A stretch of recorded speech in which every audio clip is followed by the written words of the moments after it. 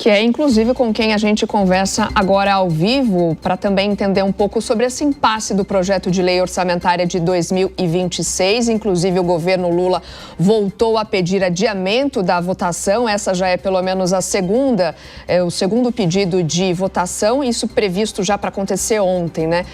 Senador Efraim Filho conversando conosco ao vivo aqui no Jornal da Manhã. Bom dia, senador, seja bem-vindo.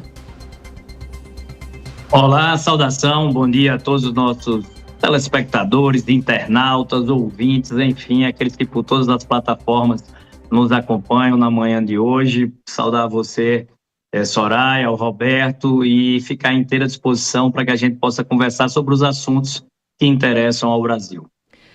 Pois bem, senador, o governo já adiou mais de uma vez a votação da LDO, essa então é a segunda vez. O que estaria por trás? Qual é o plano por trás desse segundo adiamento pedido pelo próprio pelo governo Lula? Olha, Soraya, o que acontece é exatamente um governo que não sabe como proceder diante da derrubada de uma medida provisória que aumentava impostos. Essa é a verdade. O governo mandou uma medida provisória cujo foco principal era subir alíquotas, aumentar impostos para arrecadar e arrecadar. O governo tem esquecido que equilíbrio fiscal não se faz apenas pelo lado da receita. Tem esquecido de que se faz também pelo lado da despesa, qualificar o gasto público, eliminar o desperdício, cortar gastos, e isso o governo tem feito de forma muito tímida. O governo tem fixado a despesa e no ano eleitoral quer que o Congresso arrume uma maneira de arrecadar para cobrir a gastança do governo. E isso a CMO tem evitado, tem alertado. O Congresso Nacional colocou um pé na porta, e o ministro fez a referência a isso na entrevista que ele acabou de dar. O Congresso, sim, colocou um pé na porta e disse: não votaremos mais aumento de impostos. Já foram 37 aumentos de impostos no governo Lula. Então, eu acredito que é hora, sim, de preservar o setor produtivo. O setor produtivo foi atacado na medida provisória. Isso foi um dos maiores problemas que levaram a sua rejeição. Vocês viram aumento de imposto, por exemplo, para o agro, aumento de imposto para a construção civil e o mercado imobiliário. Então, eu acredito que esse problema, né, fez com que o governo perdesse a medida provisória e agora na LDO ele não consegue encontrar esse equilíbrio das contas. Ele está com a despesa mais alta do que a receita, e a receita ele só quer equalizar através de aumento de impostos. Senador, o ministro chegou a dizer: eu gosto do senador Efraim, mas ele também não vota para cortar gastos, o partido dele também não vota para esse corte de gastos. Como é que o senhor responde a isso? Olha, vamos lá. Primeiro, o Senado, comigo como relator, aprovou talvez uma das matérias mais importantes deste ano, o devedor quanto mais. De forma mais rigorosa, combater a sonegação fiscal, né, que tem gerado uma evasão de mais de 200 bilhões de reais nos últimos anos. O Senado votou, está parado na Câmara. Vocês viram o ministro Haddad nessa entrevista falar sobre esse tema? Não. Você viu esse tema estar presente na agenda do governo, na agenda do ministro como prioridade? Também não viram. Agora, de aumento de impostos, eles falam todos os dias. A dificuldade, o desafio é o governo trazer para si a responsabilidade de abraçar um tema, veja só, que melhora a arrecadação do governo sem precisar aumentar impostos, vai combater a sonegação, vai combater aqueles que evadem divisas, tá certo? Prejudicando o mercado legal, o bom ambiente de negócios, deteriorando o mercado de trabalho formal, mas o governo prefere o caminho mais fácil, né? Combater a sonegação dá trabalho, aumentar imposto de quem está pagando, de quem produz, de quem é micro, pequeno ou grande empreendedor, é muito mais fácil para o governo, e o governo tem deixado essa agenda de corte de gastos ao lado. Mais um segundo exemplo para concluir: aquele projeto que é do senador Espiridião Amin, que fala do corte linear dos gastos tributários, que são os benefícios e isenções fiscais.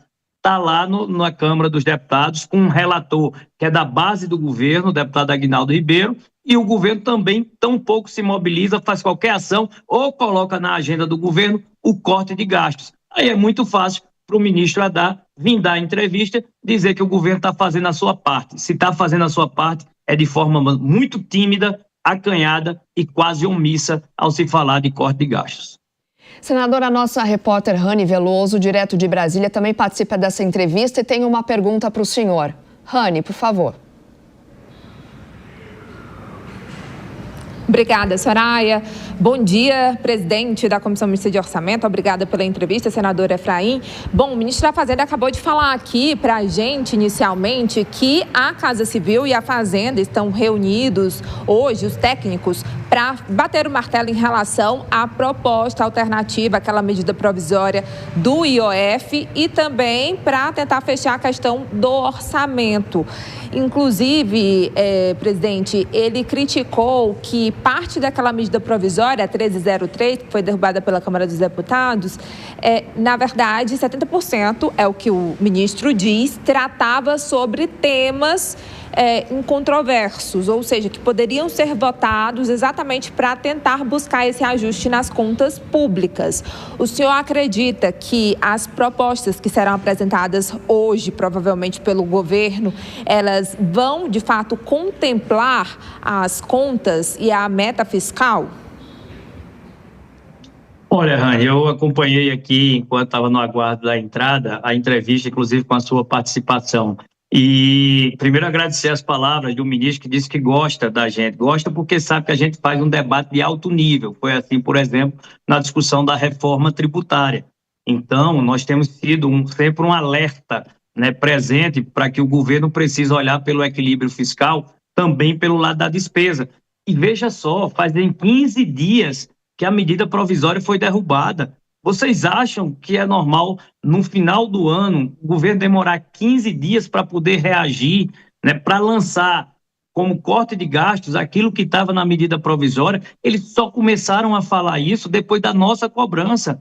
Vocês têm esse cronograma. Desde a semana passada que a gente vem reclamando dos pedidos de adiamento na CMO, tá certo? Conduzido pelo líder do governo, o relator é do governo, e eu tenho sido um alerta sempre presente. O governo começou a falar em corte de gastos depois que a CMO começou a cobrar o governo dessa pauta, porque eles só estavam olhando pelo lado da arrecadação. E o que é que o governo tentou na medida provisória? Ficou muito claro, né? O governo tentou encaixar um tema ruim, que é aumento de impostos, colado na mesma proposta com um de corte de gastos, que é muito mais simpático e dialoga com a vida real e a sintonia daquilo que a sociedade deseja. Só que esse tema ruim de aumento de impostos, que era a maior parte do projeto, contaminou a proposta, né? Vocês viram, ele queria aumentar a LCA, que é a letra de crédito do agro, a LCI, que é a letra de crédito imobiliário, aquilo que era isento de imposto passou a ser altamente taxado.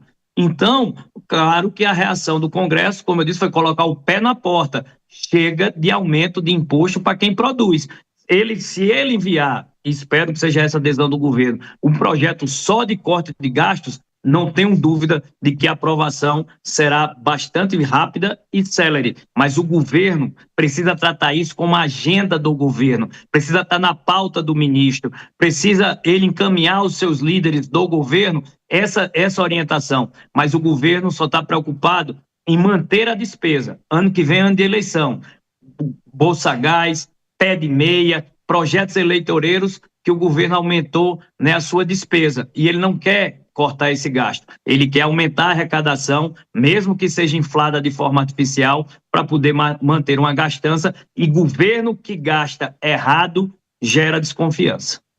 Conversamos com o presidente da Comissão Mista de Orçamento, o senador Efraim Filho, a quem eu agradeço mais uma vez a disponibilidade. Senador, um bom dia para o senhor. Eu que agradeço, Soraya, agradeço o Roberto, a Rani, que participou com a gente.